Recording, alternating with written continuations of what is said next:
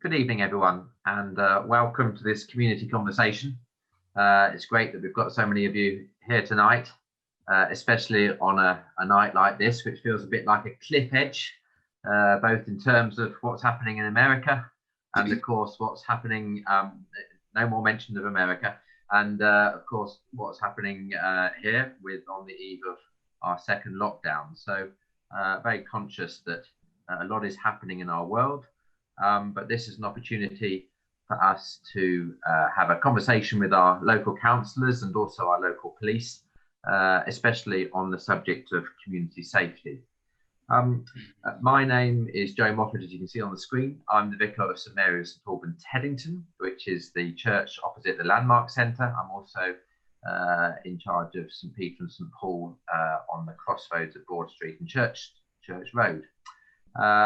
One other role I do is I chair the Richmond Borough Interfaith Forum, which is always good as a way of keeping in touch with everything that the council are trying to do and trying to help liaison there. And just before I introduce anybody else, I'd just like to say also that this coming Sunday is Remembrance Sunday, when normally in Teddington we have a vast crowd of people, over 800 people usually, gather for our Remembrance Sunday service outside Teddington Memorial Hospital. Needless to say, we cannot have that event this year, but we already anticipated that. So a few key people gathered last Sunday to record pretty much what we would normally do. And the replaying and everything. And so that will be available online for you to watch on Sunday or from Sunday on our parish church website, which is teddingtonparish.org. Perhaps one of the support team could just write that in the chat, www.teddingtonparish.org. You'll find the link there, and I hope you can join us in that way for our Remembrance Sunday observations. So let me introduce the panel this evening. We have a number of local councillors from the Fulwell and Hampton Hill ward. We have Jonathan Cardy, Matthew Hull and Monica Saunders. From Hampton Wick, we have Robin Brown and Jim Millard. And from Teddington, we have Richard Baker, Martin Ellendorn and Tim Woodcock. Thank you very much, everyone, for joining us. We also have some of our community engagement team officers, Lynette Lawson-Tyres and Siobhan Optay, and they will be writing up notes and actions after the events. Great also to have police representatives, Tobin Joint, Mike Somer and Mus Parker, and a representative from the police liaison group, Carol Atkinson. And so we will hear from those shortly. Just like to remind you that when we get to the questions at about 7 o'clock, we'll have an hour for questions. And the way to make those questions is to use the chat function where you just write in capital letters question and then put the topic you'd like to ask a question on after that. So you might just write question on graffiti or question on drug dealing or whatever it is, and leave it at that, and then we'll pick those up and I'll invite people to then ask the full question when you're unmuted. So without further ado, I'd like to move to the short updates from our ward councillors, and I'd like to first invite the Fulwell and Hampton Hill councillors, and in particular Councillor Matthew Hull. Thank you very much, Reverend Moffat. Good evening, everybody.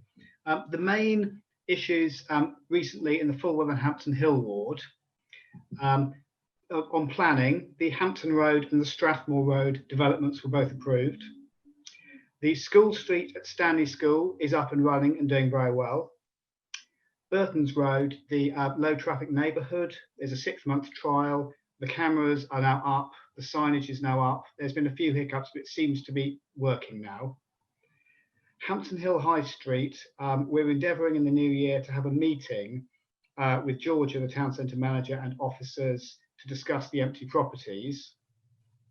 And also on Hampton Hill High Street, just talking with other residents and the Hampton Hill Association about enhancing the street scene on Hampton Hill High Street. The generator at the Lidl has gone, which a lot of residents complained about the noise. It's now gone. It's now been, Lidl have now plugged into the mains, which is a relief to a lot of people. Obviously, the councillors and council have been supporting schools through all of this. And finally, last but not least, the 3 ward councillors for Fulwell and Hampton Hill, as this is about community safety, would like to say a huge thank you to PC Tobin Joint and PCSO Jim Harrison for all their hard work that they do in this ward. Thank you. Thank you, Matthew. And I think, Jonathan, you had a follow-up.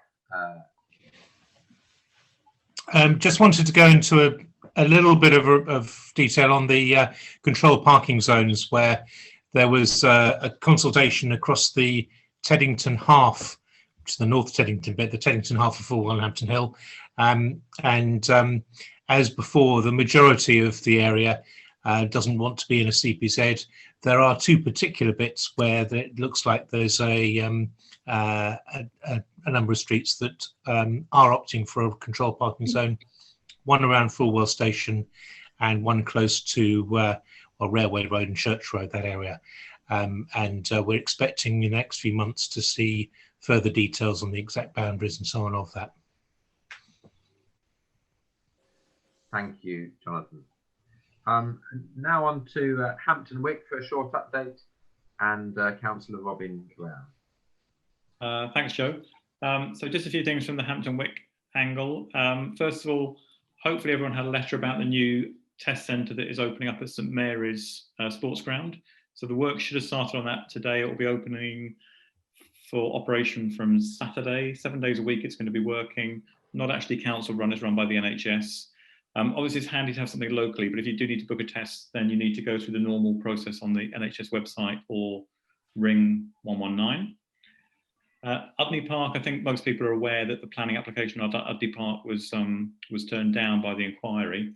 The ward councillors did write to Quantum, the owners, just a couple of months ago, expressing a bit of concern about the fact that it didn't seem to be being used for sports anymore, and a bit worried about the condition of the pitches and the maintenance generally of the site. Since then, it has been announced that Teddington Rugby Club are going to be using that site, at least part of it, for training. They've also got the tennis courts, and they've got an arrangement with Quantum to do a bit of maintenance on the boundary, which we still await to see the work on that. So that's good in that sense, but we're waiting also to see what the usage will be for the rest of Udney Park, so we haven't heard that yet. School streets, likewise, we've got a school streets trial which is happening outside St John's School. So Lower Teddington Road, when the school is open, Lower Teddington Road is closed between Normansfield and Seymour. Obviously that's quite a busy stretch, so it's taken a little bit of settling in. It's closed for about 30 to 40 minutes in the morning and in the afternoon. We and the council are very supportive of that for making the environment outside the school safer and encouraging active travel to school. So hopefully that will continue and be a success. Just to mention quickly, Collis School build, that is progressing. The handover of the new teaching block has been slightly delayed. It was meant to happen at half term, that's gone back to Christmas. And that overall project was due to complete in March next year. So I'm not quite sure exactly what the timetable is now, whether a combination of that slight delay and the COVID ways of working might impact on that, but I haven't had an update about the actual end date of Collis build yet. And the final thing to mention, councillors Baker, Millard and I were all on Hampton Wick High Street earlier today, actually, talking to some of our local businesses about what their plans are for lockdown, how we can support the businesses that are going to stay open, offering takeaway services, that kind of thing. Whilst we're pleased that the Christmas tree, so-called outside Sigma and by the foresters, is going to be replaced, we are a bit concerned about the very large and unsightly stump that has been left there. So we're picking that up with the council to I know the new tree can't arrive immediately, but it's not looking that great at the moment. So we want to obviously do what we can to keep the high street looking as tidy as possible and support the traders at this tricky time for them. Thanks. Thank you very much. And now for Teddington and Councillor Martin Ellington. Thank you, Joe. Most people here will, of course, receive the TW11 magazine, which I have a page on every month. And indeed, certainly my road, the November edition was published. It was printed, went through people's doors today. So some of this may be familiar. Regarding the controlled parking zone, there's been quite a lot of support from roads in Teddington, not at present in the zone, to join the zone. Most of the area behind Tesco's, Cambridge Road and one or two others. So we are hoping that proposals will be worked up into a draft scheme at the turn of the year, something like that, and go out to consultation again. Bushy Park car parking charges, which affects all 3 wards. The council has written a response, and I saw one of the questions mentioned that. It's a balanced response. There's a range of views locally, quite unlike 10 years ago. And the council is pointing out that there may be an effect on the roads nearby and a need to consider controlled parking so that there isn't displaced parking, but also points are made about concessions, use of the Richmond card, season tickets, things like that. It's not our final response, but it's our response within the timetable. Conservation area appraisals, there have been new conservation areas in all 3 wards, and the more detailed documents to set out the qualities and the importance of each thing is about to go out. They're very fine documents. I hope you enjoy them. They've got history in as well as architecture. Ellery Hall, we're hoping the pre-application consultation will be in January. The plans I've seen so far may pleasantly surprise people, I think. The Network Rail have put out the complex documents required to compulsory purchase a very small piece of land by the station roadside of Teddington Station to enable a lift to be built. It's now, the cost of this is now over 3 million. It's quite extraordinary. But we hope in my lifetime it will be built. 2022 is now being talked about. Very finally, of course, Barclays Bank closed a couple of days ago. Because of the changes to the planning rules, it can go to a number of uses, but obviously it's not a very easy building to adapt, but it is protected by the conservation area, and we hope something suitable come along. Thank you, Joe. Thank you very much, Martin. And now I'd like to invite Councillor Jim Millard to give us a quick update on the COVID regulations. Sorry, Jim, you're muted.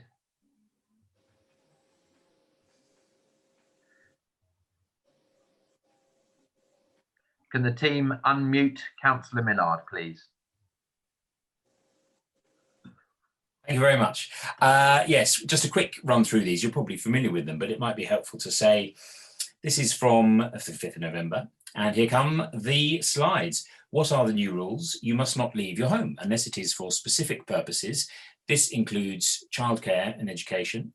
For work, if you cannot work from home, exercising outdoors or visiting an outdoor public place, medical concerns, including doctor's appointments or emergencies, shopping for basic necessities, for example, food, or visiting members of your support bubble, or to provide care or volunteer. So don't gather with people you don't live with.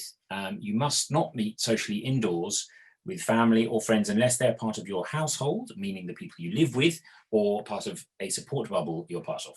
You can exercise or visit outdoor public places with the people you live with, your support bubble, or one person from another household. And for full restrictions and details, please go to that government website down at the bottom. We could perhaps share that on the chat if anyone's interested. And I think there's another, is there another slide? For latest council updates, there's the launch of the I Need Help online portal outlining all the support available to those struggling, including how to access food. Go to www.richmond.gov.uk/I_need_help. For those who don't have the internet, our community hub is open 020-8871-6555. New COVID-19 marshals are in place across the borough to help advise, inform residents and businesses. A new local COVID-19 case tracing service has launched in the borough to support the NHS Test and Trace service, and additional testing sites are being identified and are coming online, including, as we mentioned, one at the St Mary's University Broome Road Sports Campus.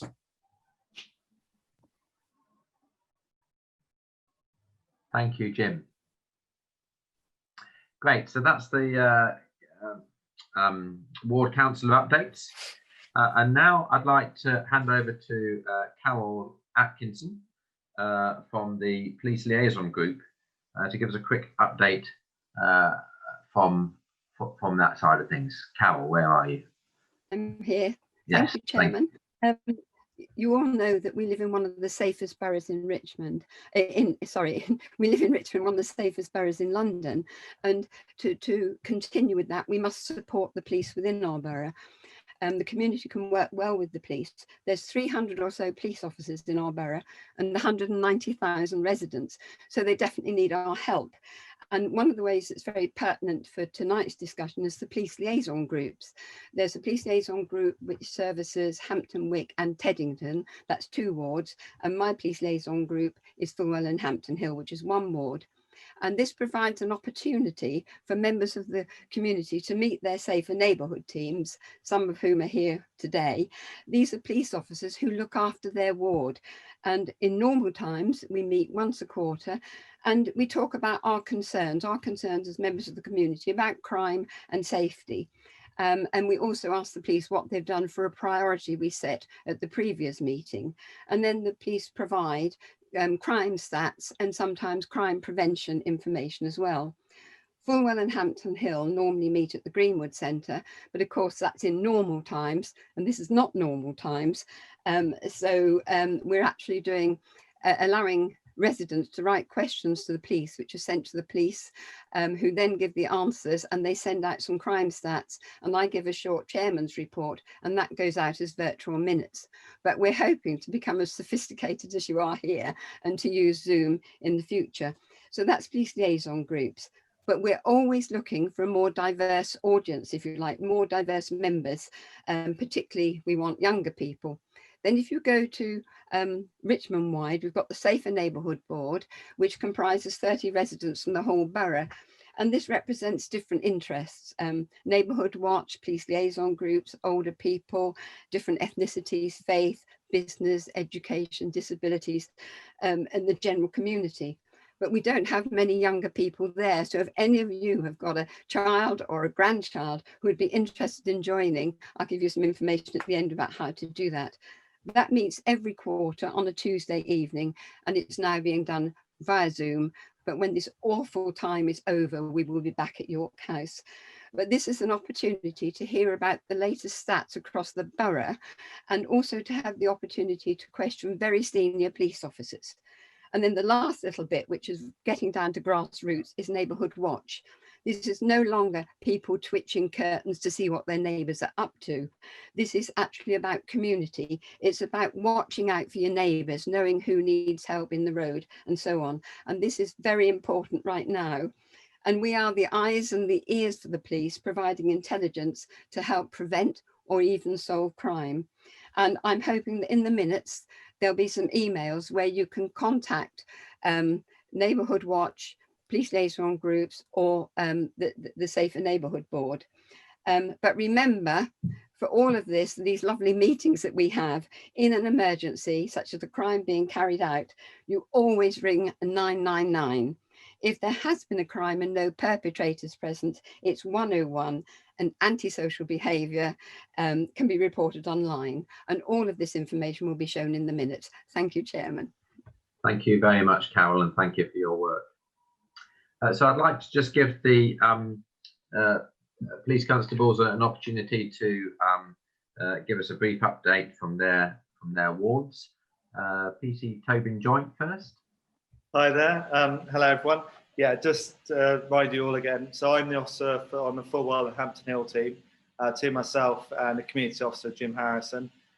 Just for those of you that are my local residents, if you haven't seen the minutes, the priorities that came out of last PLG that Carol Atkinson talked about is antisocial behaviour, burglary and motor vehicle crime.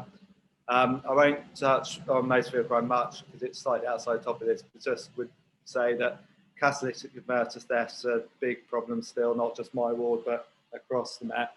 And that's something I always ask Fred to be very aware of. If you see people working on cars in the street, that's probably what it's about. So catalytic converter theft is something that residents could really help us by being very alert to.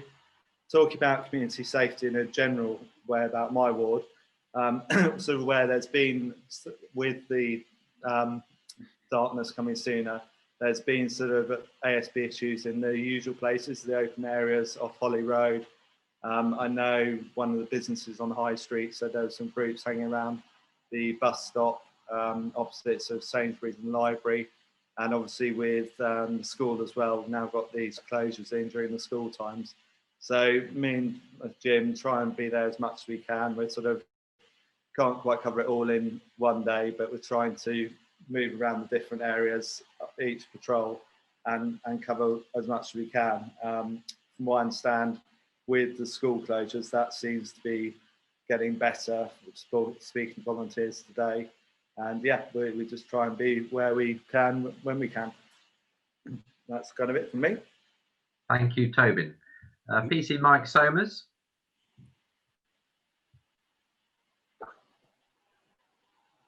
Can the team please unmute? PC Somers, please. Hello, am I? Yes. Am I there yet? Can I be heard? Yes. Okay, it's PC Mike Somers here. I'm the ward officer for Teddington. One of the first things I wanted to point out is that Teddington, as far as the Safer Neighbourhood team is concerned, we're in the fortunate position of having a full complement of officers. So certainly for the last 4 months, there's been myself, my colleague PC Damien Catherall, and PCSO Suki. So we have a full complement. I know some of the other wards aren't quite as fortunate as we are. Some areas of concerns that I have for Teddington, and definitely these are the sorts of things when I start my shift, there are 3 areas of concern. One has been that of theft of cycles, and we've seen an awful lot of theft of cycles from around the high street areas, so High Street, Broad Street, particularly around the Little Sainsbury's. The good news on that is 2 days ago, there was a male arrested. It was a 17-year-old male arrested there. And he was arrested with some bolt croppers for cutting chains off bikes and that. So he has been charged with that offence now. We're just waiting to see if that sort of affects the number of bikes which are being stolen there at the moment. The second area, which I know Tobin has already mentioned, is that the theft of catalytic converters. Obviously, this is the sort of thing which doesn't just affect Teddington. Myself and Russell have been doing a lot of work on this for Teddington and Hampton Wick as well. What we've tended to find is that there is obviously a team which is going around doing these thefts. They're very quick. They can cut a catalytic converter off a car in about 30 seconds or so. They will work a particular area for about 4 or 5 days before they move off. Now, what we're doing is they've certainly moved off for the moment. We've seen this pattern certainly for the last sort of 3 or 4 months. We now have plans in place where we can work a little bit quicker. So as soon as we start seeing those thefts again, we will have more officers out in the streets. And without going into what those plans are, we are just waiting for that to happen again. And hopefully we'll have some good news soon.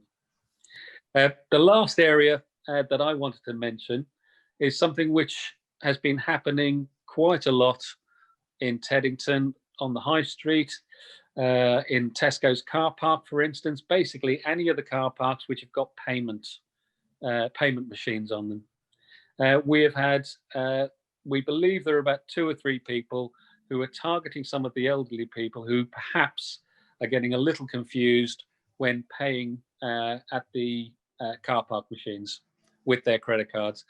As soon as they put their payment card into the machines, these people are distracting them, then taking the cards away without them seeing. I've actually spoken to a couple of ladies who thought that the machines had swallowed their cards because they didn't see these guys take the cards from them. And we've seen from a number of our victims now that within 10 minutes, these individuals are taking the cards to cash point machines and they're withdrawing, sort of, I think that the most that someone has had taken from them is around about £800. Again, it's the sort of thing which doesn't happen every day. I believe it is a couple of people who are preying on people in the whole of the southwest London area, but they are hitting Teddington. It is something that we're very concerned about and we're watching out for. And we would ask everyone, when you go up to one of those payment machines and you're using a debit card or credit card to pay, be very careful that if in case there's people looking over your shoulder and perhaps going to take your card. And that is my update. Thank you. Thank you, PC Mike Somers. Next, I'll bring in PC Russ Parker, and then I'll bring in Borough Inspector Rebecca Robinson. So, Russ. Good evening, everybody. My name is PC Russ Parker. I'm relatively new to the ward officer kind of role. I've been a police officer. I've been here since May, and along with PCSO Dave Old, we formulated a bit of a partnership where he knows more or less everybody on the borough, and there's a hive of information. It's a fantastic asset that you've got there on Hampton Wick. We do have a number of concerns on Hampton Wick, and unfortunately, it is the same thing as Fulwell Hill and Teddington. We've had a number of catalytic converters over the last 2 months, and that's probably around 17. And when you consider that a catalytic converter costs about £1,000 to replace, it's no easy option for people. We do have plans in place to combat that. As Mike said, we do work closely together with the Teddington team. We border on each areas like Holmesdale Road, Atbara, King Edward, Winifred, areas like that, and we've noticed a few on the Broome Road. We don't so much notice anything on the side of Kingston Road. It seems to be that bottom area where there are, unfortunately, a lot of very, very nice cars. It's not all catalytic converters that are getting there. Some people, and unfortunately some people still do it, leave shiny items in their car, which is an attraction to someone.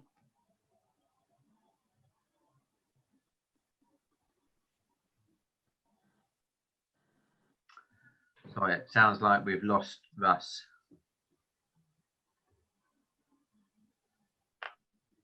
Okay, well, I'm going to ask Inspector Rebecca Robinson to introduce herself and say a few words, and then we'll go back to Russ if he reappears.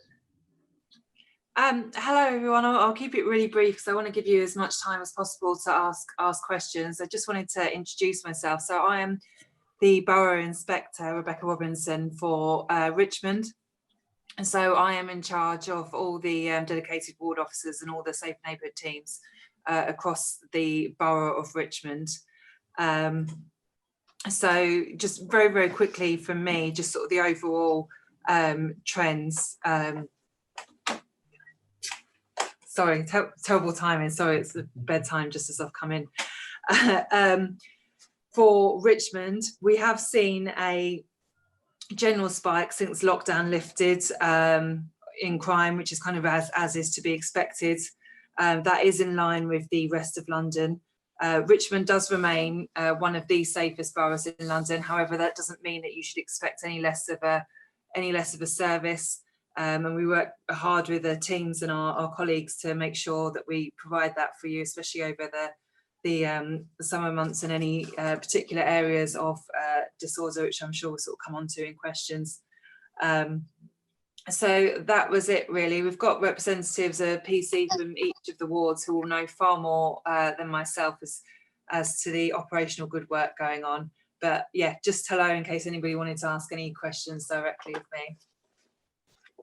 Thank you very much, Rebecca, and we will, I'm sure, bring you in to answer some of the questions. Is Russ there? Has he come back? Hello. Ivor, sorry, you got cut off. So, Sorry about that. Probably my daughter using all the broadband. is there anything other than the catalytic converter crime that you wanted to mention? There is theft from motor vehicle. People are actually breaking into cars, stealing money, stealing shiny items, expensive sunglasses. I would ask that people just keep things hidden or put them away, or even take them into the house. Since we've been on the borough, we've instigated a speed watch with part of the transport team, and we've instigated a speed watch on the road, which was going to be, it was used as kind of the patrols in and around the Kingston Road shopping area where Teddington High School kicks out. There's been a lot of antisocial behaviour there. So we've booked the foot patrols, myself, Dave Old, and the schools officer. And rest assured, we are about on foot or on mobile. If you want to see me on the street and you see me, you can chat. And you won't necessarily see me because we do use...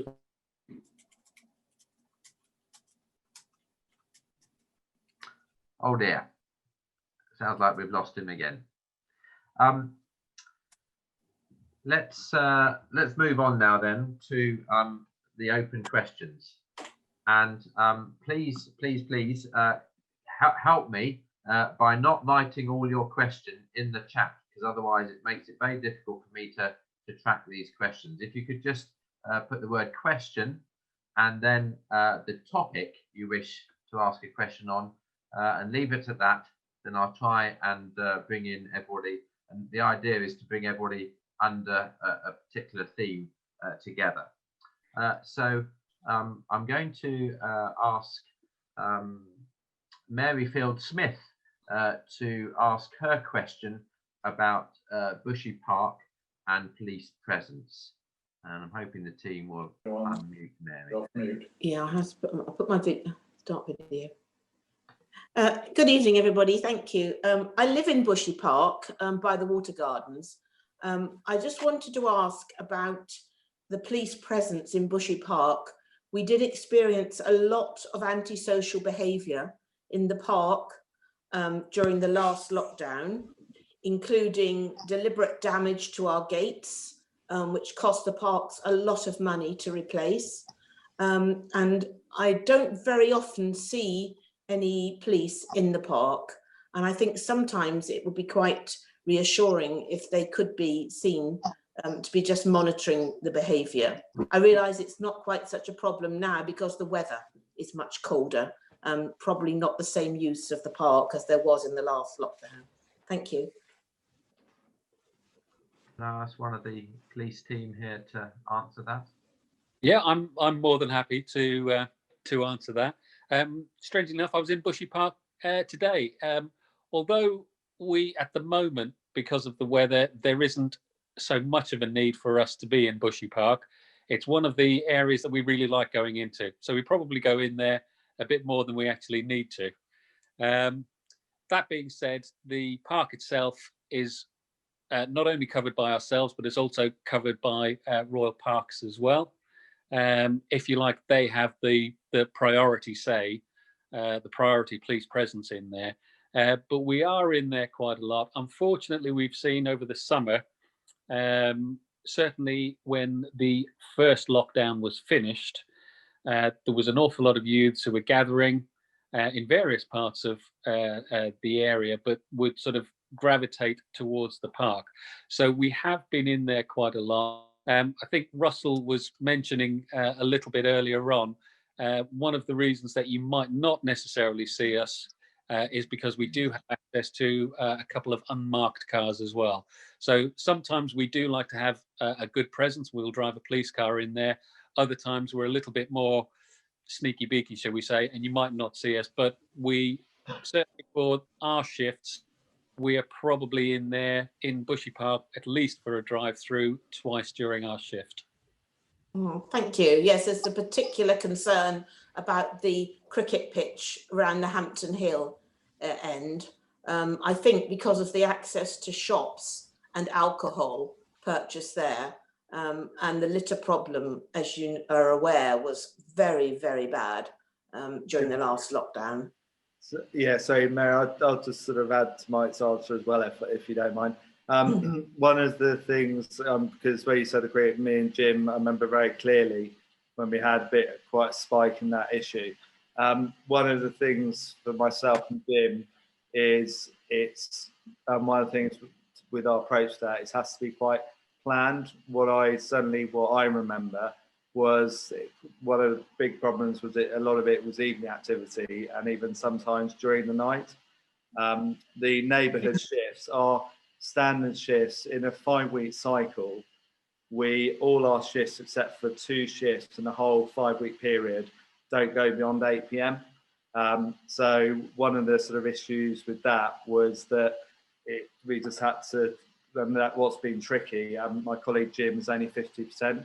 So with 1.5 of us, it's the planning, we can do it. And that's kind of what I'm aware of going to this next lockdown, is that something me and Jim need to sort of really be on top of planning to try and, like you say, give that slightly bigger presence to stop it escalating again.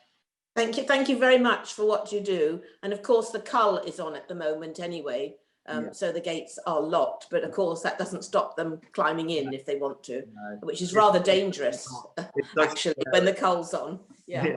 And the other problem, of course, is, I mean, I know when we go on there, on bikes and stuff, when we're on foot patrol, of course, if they get ahead of us into the park, it becomes a bit of a full-on chase to even try and get hold of them. But yeah, we are conscious that it does pick up, and especially, like I say, the next lockdown, we need to be on top of it. Thank you. Thank you. Thank you. And I think Martin Kingsford has his hand up. I'm hoping that's a related question. Martin?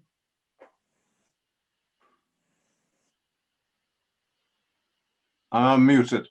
Thank you very much. I'm chairman of Teddington, Hampton Wick and Teddington, PLG. I was actually invited to attend the meeting to say a few words about our police liaison group, not the Hampton one. So if you don't mind, Joe, I'll just say a few words as I prepared this. We combined, one of the questions people ask me is, why is it 2? Why don't we have a PLG for Hampton Wick and a PLG for Teddington? For technical purposes, the rest of the Met, I understand, refer to them as ward committees. We use the title, can everyone hear me? Yeah. We use the title police liaison group, and that goes back 20 years. We combined the 2 to save police time, and we meet 3 times a year. We have the standard agenda, it doesn't change. Matters arising, a police briefing, questions from the public. We usually have about 30 people attending. It's a public meeting, and grateful to the church for allowing us to use the church hall. Recent items on the agenda, which the constables have covered, but it's worth saying it again, and we have burglaries, drugs, the policing of Teddington School was a big issue at our lesson. I've been cut off again. As you probably gather, I'm used to Zoom. Teddington School, and the good news was the head teacher attended, and this is because the police attend incidents within the school. And people of my generation found that difficult to understand. Cycling on the pavement, speeding buses. So I'm delighted there's going to be, have we prosecuted some of the bus drivers and dare I say, speeding refuse vehicles. The other items that we've covered, as I say, are drugs and so on. Our local councillors attend, and I'm always very grateful for that. Our secretary, Christina Gore, who does a marvellous job, attends also the Safe Neighbourhood Board that Carol was referring to, and along with Brian Holder of the Teddington Society, they distribute on their email system to hundreds of people across Teddington and Hampton Wick the details of our meetings, agendas, and they do an excellent job. All papers for the meeting are paid for by me, and I print them up because we don't use public funds. We're a voluntary organisation. And the Secretary does, as Carol was saying, and like Brian, keep up a steady community info using the OWL system and Bushy Park.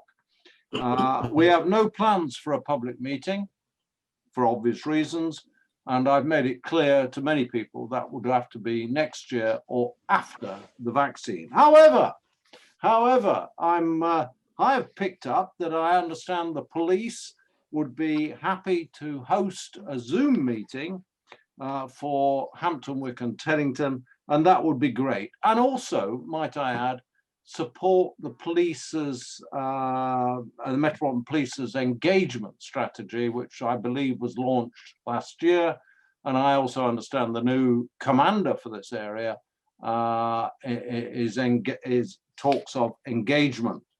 So that would be absolutely terrific. Finally, our figures for Hampton Wick and Teddington, 4 per 1,000 for both wards, which is excellent. Well done, police teams, well done. Compared with 6 across the borough and 8 per 1,000 across London. So good news, good news. We're being safe, we're being kept safe. And I'd like to hear also how the police and the council work together to enforce the COVID regulations, working together. Can we see the meetings? I could probably answer that if you. Thank you, Inspector. Like. So we've been doing a lot of sort of joint work with the council, not just over COVID, but just in general over lockdown, in terms of park guards. I don't know if there is anyone on this call that's better placed to answer this than me, so please do stop me if there is anyone for the local authority here. But the local authority also have been putting in place COVID marshals as well, in terms of using, and kind of like park guard officers, but using employed officers to go around and just check for sort of COVID breaches. I meet every week with the community safety lead of the council, and we discuss these issues between us.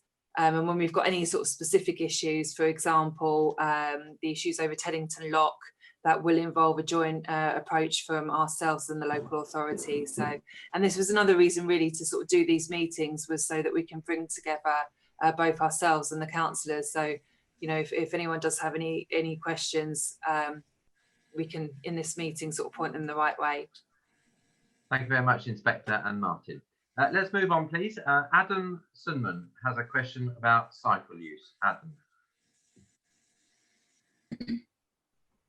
Thanks very much. Let me put my camera on as well.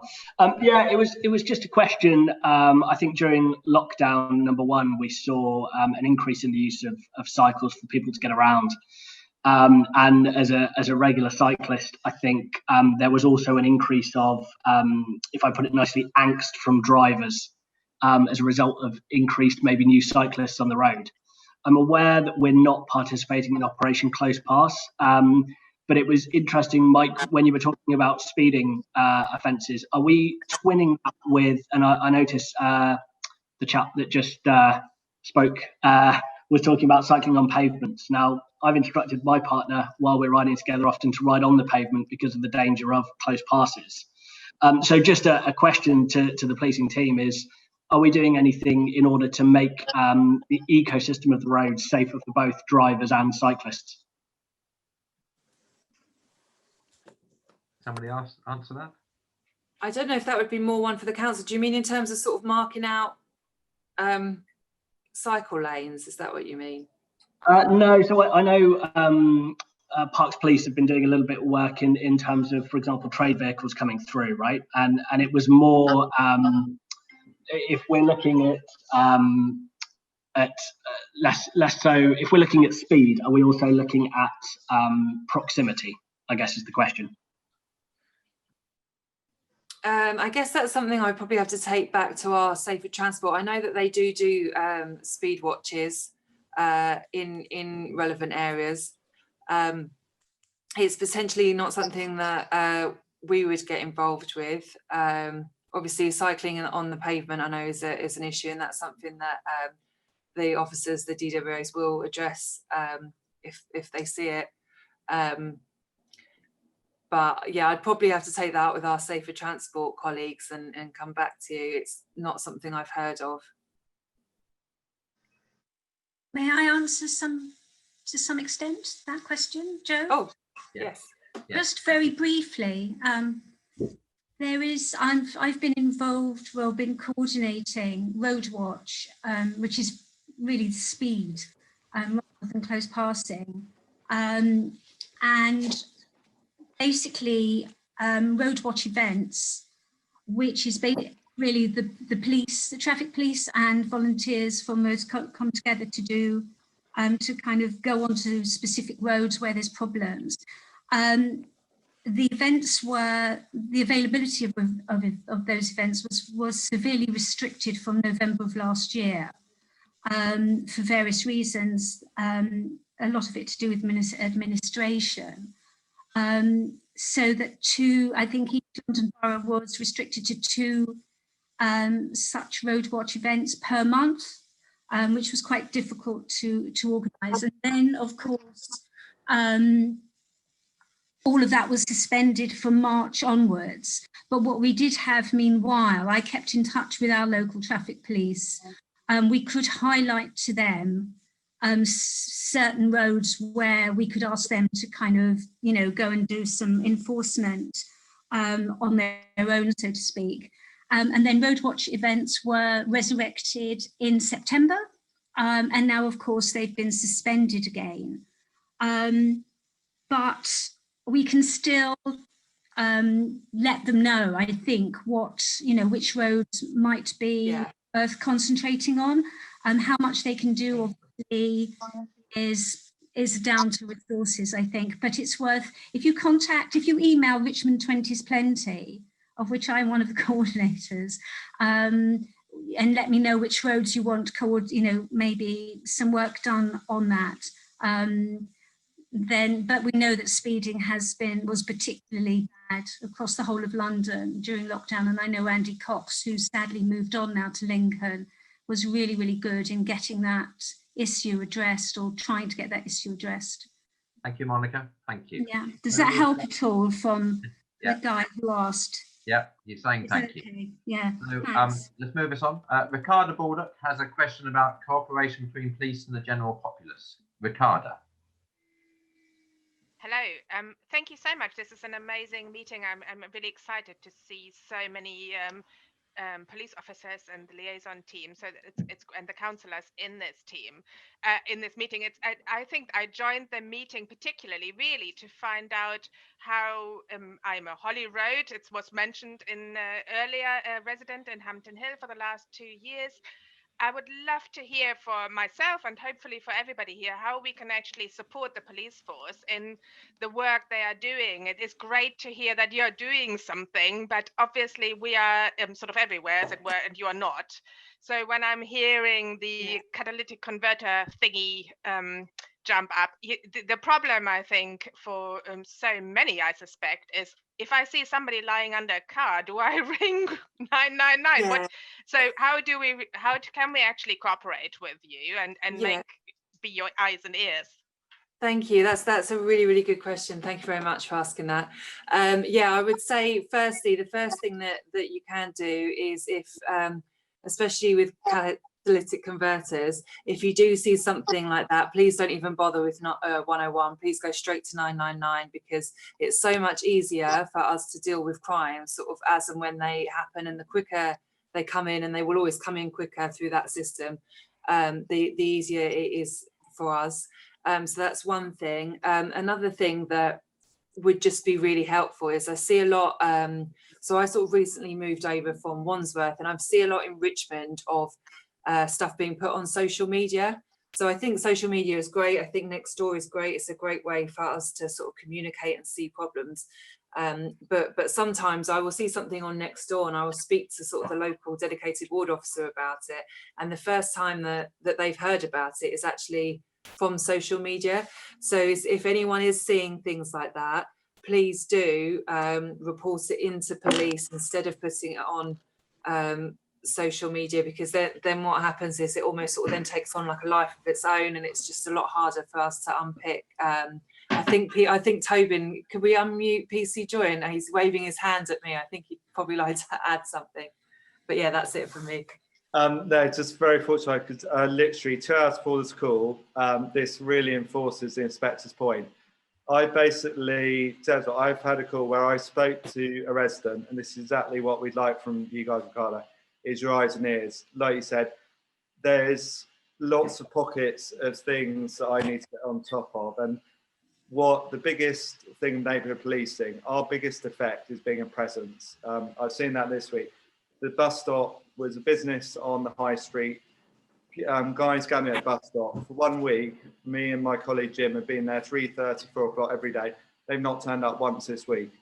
So, but we kind of can't be everywhere we need to during the whole shift. So we really kind of have to decide where we'll be. So you guys, as the eyes and ears, are a big thing. And with the social media, so 2 hours ago, I got a call from a resident who talks to me regularly, said, have you seen this video of a person I recognise trying car door handles at 1 in the morning? Firstly, that video was on YouTube. So I would never, we as police officers, we don't have time to sit here and watch YouTube. But had this resident not called me, I recognised who it was straight away. So had this resident not called me, there would have been footage of someone that I can try and deal with committing a crime that would never, because then when I've looked on the system, I can't find a crime report at all, because the footage is from the neighbour across the road. And what has happened is the owner hasn't locked their car. So the person has found an open car, gone in, gone out. Now there's no crime report. So I think what has happened is the person who has put it on social media. They have assumed that their neighbour looks at social media too, has assumed that their neighbour will see the footage. I mean, at one point it was confusing of who's called police about the crime. And it is even questionable, because I think possibly the victim has gone to their car, clicked it to unlock, it's flashed, so they thought the car's been locked overnight. They've got in, they've not even realised that a couple of pounds have been taken. So there's probably a victim that doesn't even know they've been a victim of crime. But because it was the person that had footage has put it on social media, instead of gone and talked to their neighbour, there's potentially an unreported crime that I now need to do the back legs of. And it's two things. Is potentially it's a crime that was unreported because the person has tried to be helpful, but just gone use social media and nothing else to deal with it. And secondly, there's a victim who's potentially unaware that a crime even happened because the person's dealt with it by social media instead of actually going and talking to their person across the road. So obviously that sort of puts kind of context to it, but exactly like the inspector said, social media is great, but unfortunately, I certainly find in my role, I'm coming across things where people seem to think if it's reported on social media, it's reported.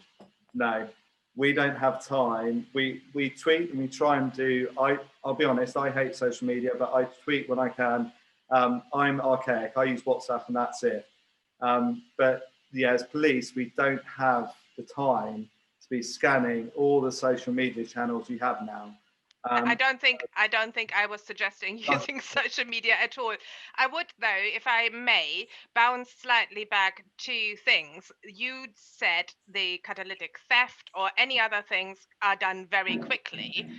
When I've called the police in the past because I got scared that something was going on, until you've given them all the information, including your shoe size, your mother's maiden name and everything, the person has pushed off.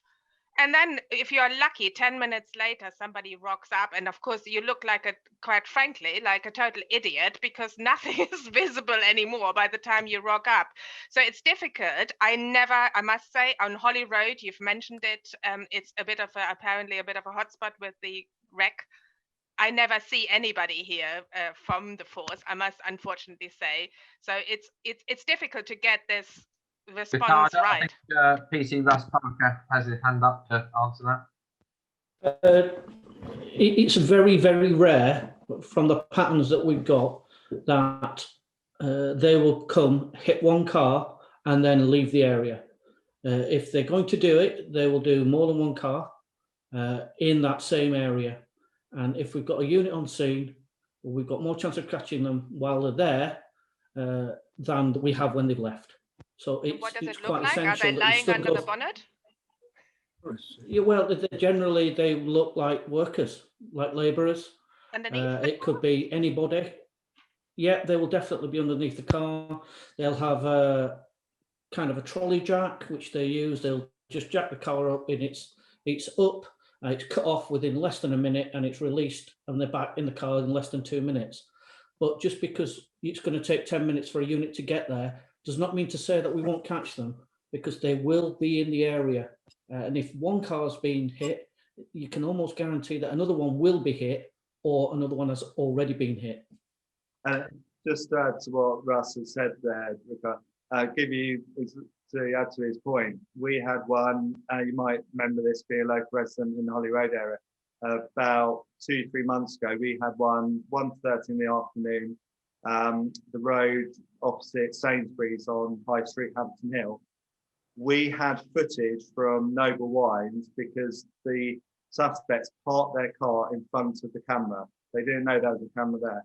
Now, when we did the vehicle check, it was false plates, but where this feeds into Russ's point is, although they were back at their car about 2 minutes after doing the job, they were probably floating in that area in that vehicle. So although we wouldn't have got there in time to stop them, we would have had a vehicle description. And if officers had seen that vehicle and stopped it, there would have been plenty of grounds for a search. And if they'd done a search, they would have found the stolen or the cut converters in the back, and you would have had arrests, and you probably would have ended up with them being caught. So, like Russ says, just because they're so quick, you might not be on top of them when they're doing it.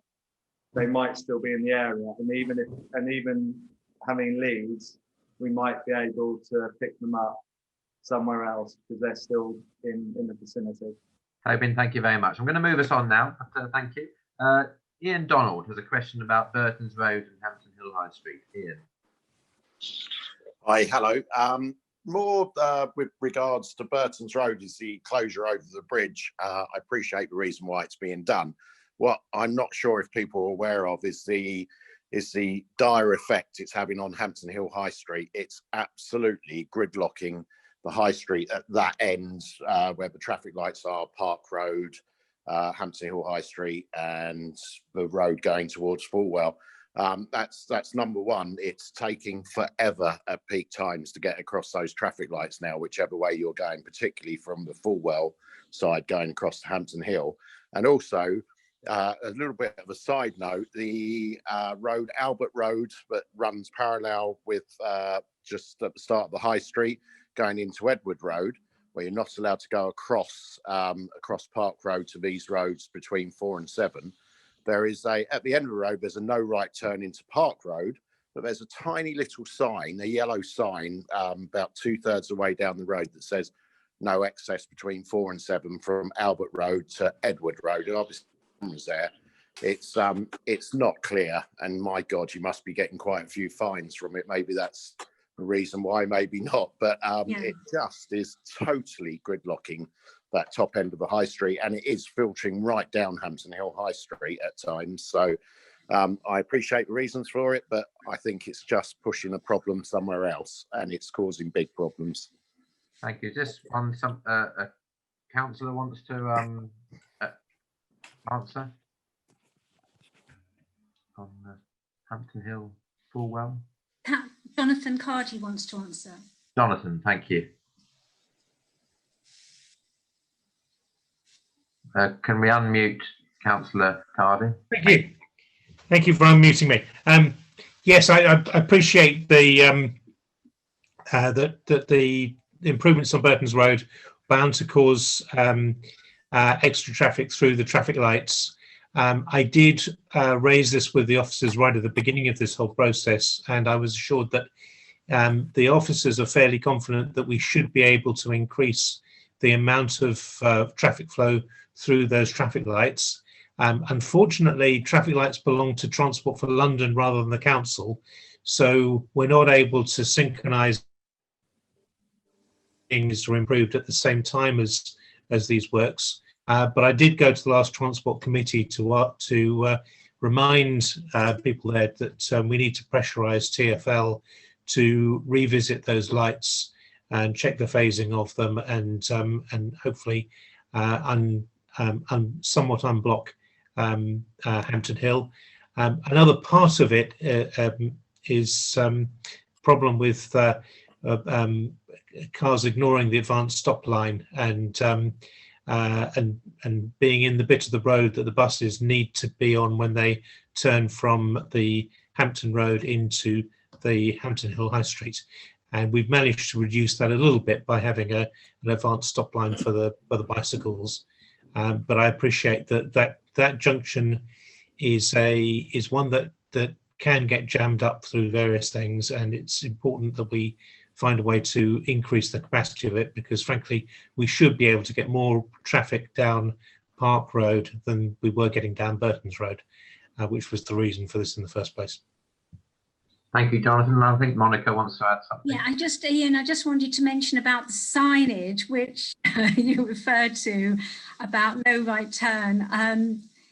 I was there yesterday evening looking at the signage, and that's something I'm going to take up. The one in Albert Road you're referring to, it's on the left-hand side, and the tree is covering it, I think, so you can't actually see it that well. So it is an issue. And in fact, I did talk to some drivers while I was there yesterday saying, did you see the sign? Some of them did and some of them didn't, but it clearly is more of an issue now that it's got dark in the evenings, I think.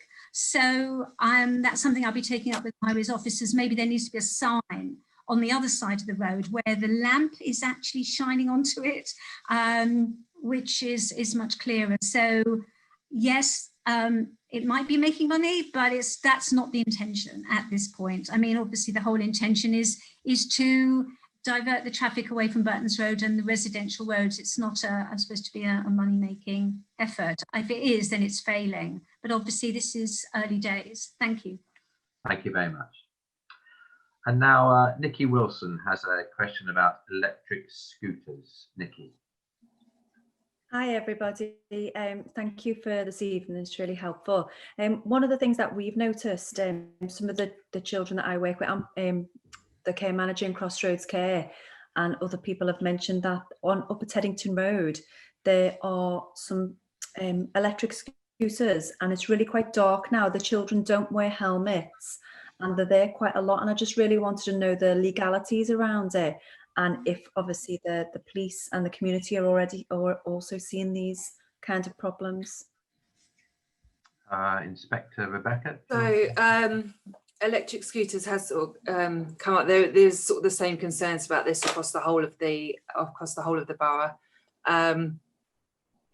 Obviously, sort of the official corporate line from the MPS is that obviously we do support this initiative from the government. However, I would just add that electric scooters are subject to the road traffic laws in terms of being a mechanically propelled vehicle, and can be dealt with in such manners. What was the specific question? Was it around the children on it?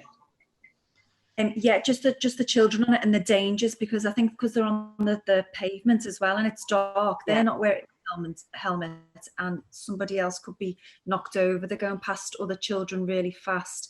I just really worry and wonder what we can do to help educate and bring the awareness to the young people and their parents as well buying these scooters. Of course. So it's kind of sort of quite hard for us to do anything social media wise just about specifically e-scooters, because as I said, we are sort of to be seen to be supporting the initiative. However, if officers do witness such acts, then they will deal with it if it's in front of them. If it's a specific area where you're seeing it, again, it'd be good to sort of highlight it to the local ward team. Unfortunately, we are sort of extremely strapped and not as fortunate as we used to be in the fact that we've only got 2 PCs and 1 PCSO per cluster. But if we know where it's going on, the officers can try and, where possible, incorporate it into their patrols. Is there a council? Oh, sorry, I think sorry, could I unmute PC Summers? I think he wanted to add something as well. Sorry, yes. Yeah, can you hear me? Yeah. Yep. Okay. Yeah. One of the things that I wanted to add, obviously, in Teddington, given that we've got the High Street and Broad Street, which there's a lot of people around, and there's a lot of people walking up and down the high streets. We have seen, certainly in the last 6 months, an increase in the number of e-scooters.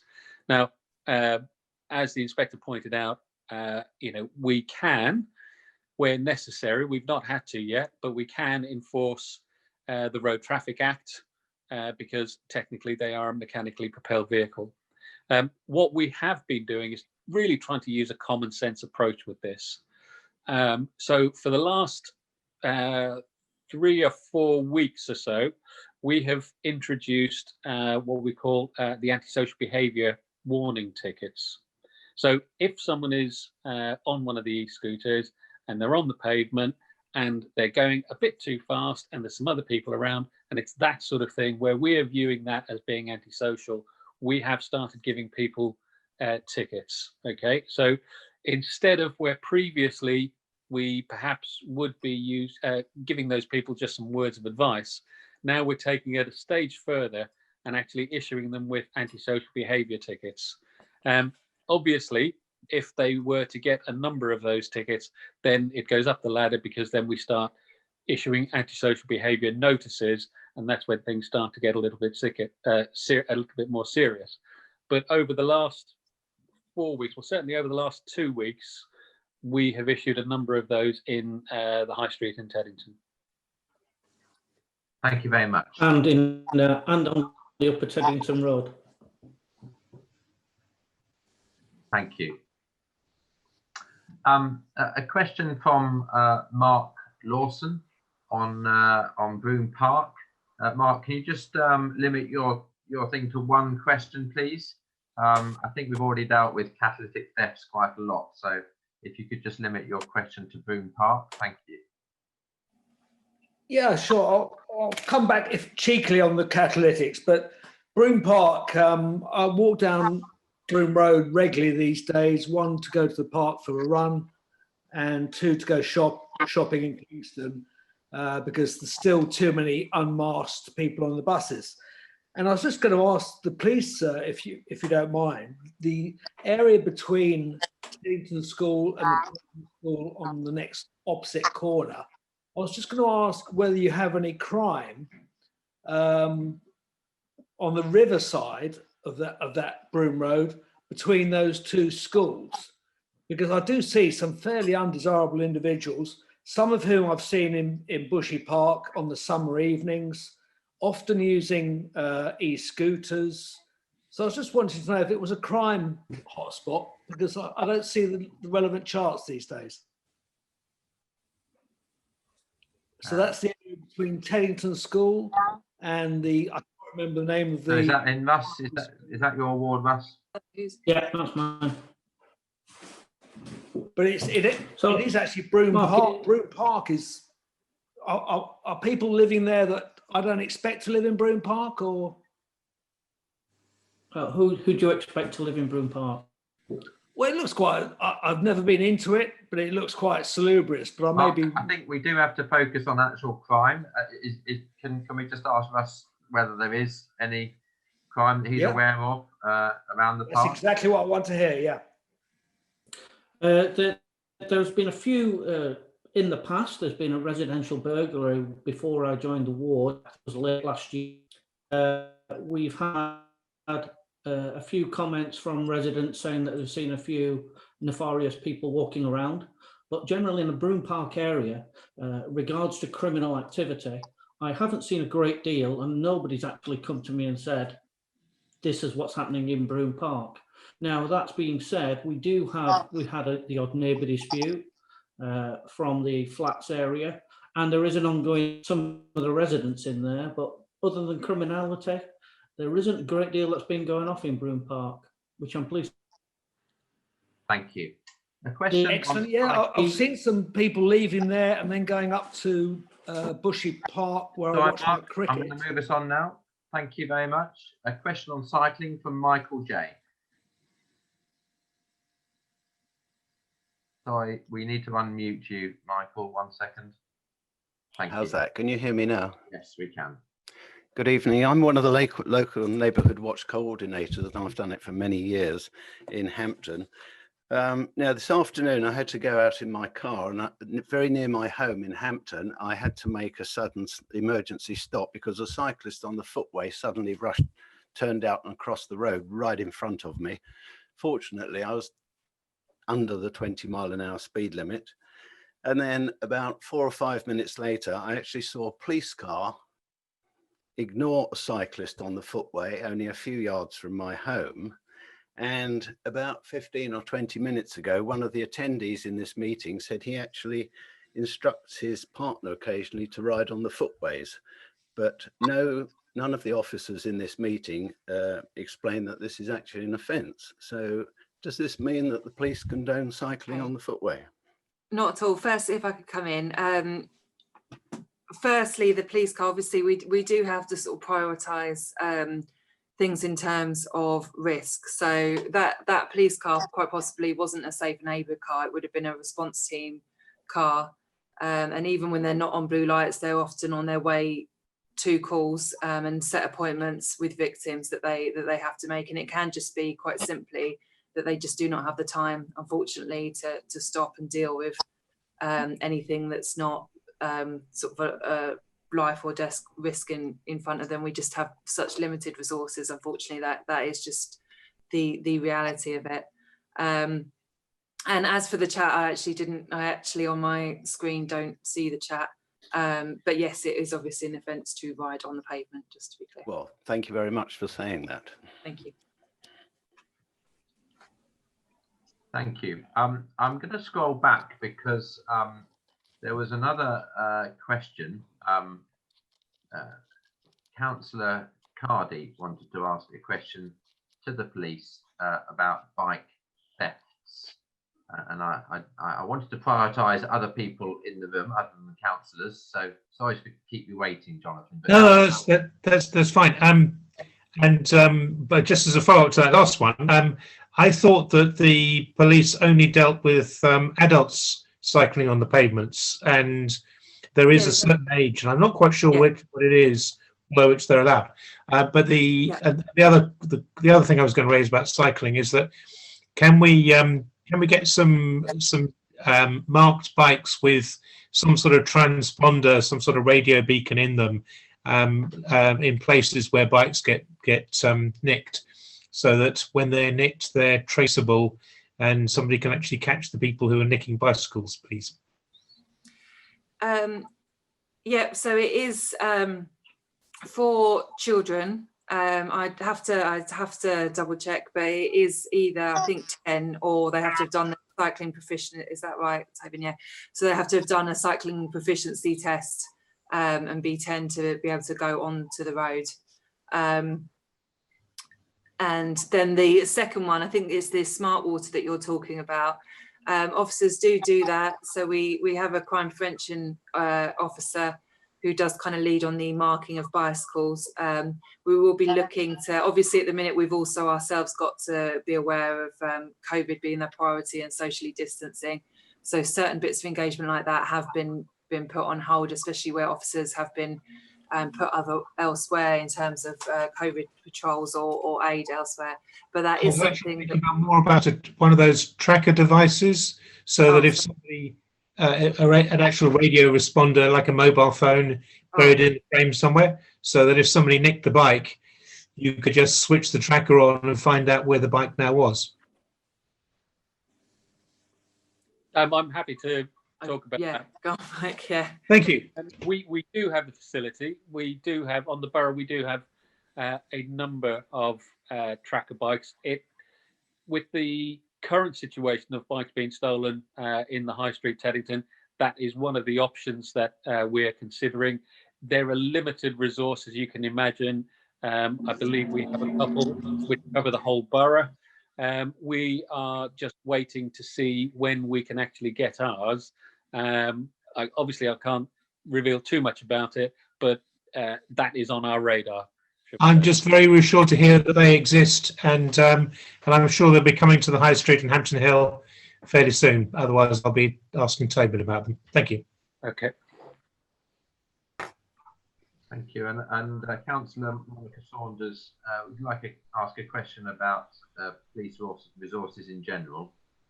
It isn't a specific question, thank you, Joe, but we've heard a bit about, bless you. We've heard a bit of, no, don't go there. A bit about resources this evening, and obviously Fulwell and Hampton Hill. I'm one of the councillors for there, and we know that we are sort of 1.5, I think Tobin said. And you've just referred to COVID responsibilities for police, which is yet another you know, not burden, maybe it is a burden on top of that. So I think there is a general question about lack of resources at this time, and how that, you know, what we can do as communities to push for and support you in any way to get more resources. Thank you. That is a really fair question. It's sort of a bit unfortunate, really, as you know, a few years ago we used to have so many more people assigned to safe neighbourhoods, and now it's just simply in our blueprint that every ward will have sort of a 1/18 of an inspector, a 1/5 of a sergeant, and 2 PCs and a PCSO.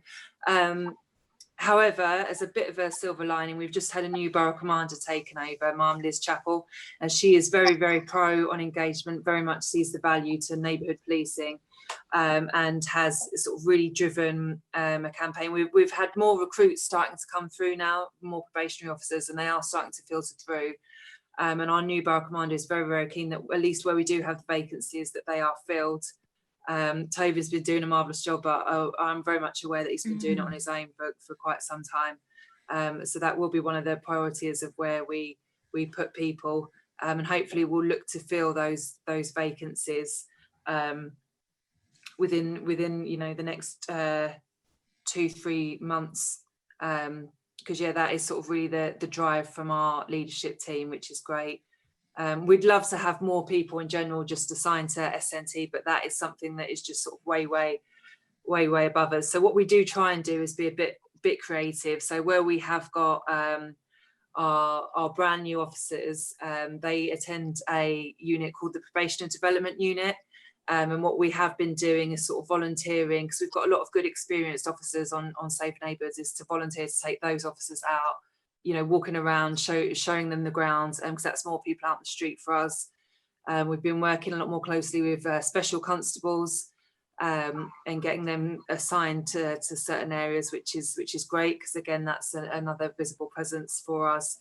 And just looking to be a bit more creative, working with park guards, you know, because we are aware we haven't got the numbers, you know, and if you want to pressurise your MPs to raise it in Parliament, you know, it's fine, but yeah, so but yeah, we're doing what we can, but thank you.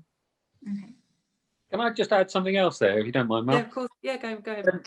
I just wanted to add, whilst we're talking about police numbers, everyone should remember that as police officers, we're still subject to the same restrictions that everyone else has about COVID. I've been back now for a week, but 2 weeks prior to that, I was self-isolating for 2 weeks because I had contact with one of our residents in Teddington who had tested positive. So as I said, we're quite fortunate in Teddington in that we've got a full complement, but there's just an example of where 50% of our PCs disappeared, i.e. myself, because I'd been in contact with someone who had COVID and I had to self-isolate for 2 weeks. You know, I think we've been quite fortunate, Governor, perhaps you can confirm this, that we've been quite fortunate that we've not had as much of an impact on our borough as, you know, other parts of London, or certainly in this part of the borough, but it is something that everyone should be aware of as well.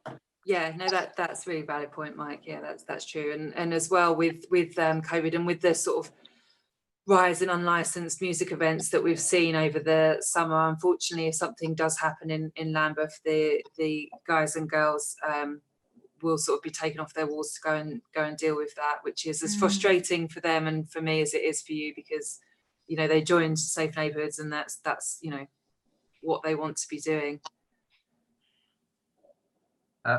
Thank you very much, and I think it's about time we started to draw things to a close this evening.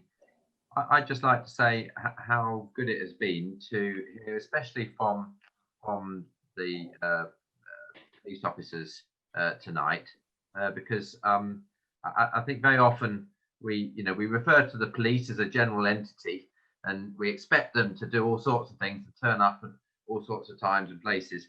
It really helps transform our understanding when we get to know you personally, when we understand the limits and the challenges that you're working under, but it's very good also to hear you speak very knowledgeably about what's happening in our neighbourhood.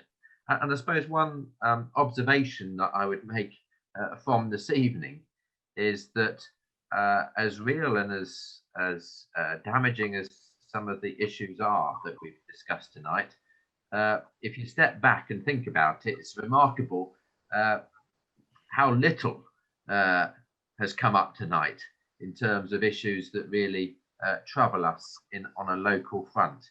And I'd just like to encourage all of us to appreciate what a safe neighbourhood we have, and to thank everybody for their work in that, not just the police, but also the councillors, council, and all the other agencies that work together.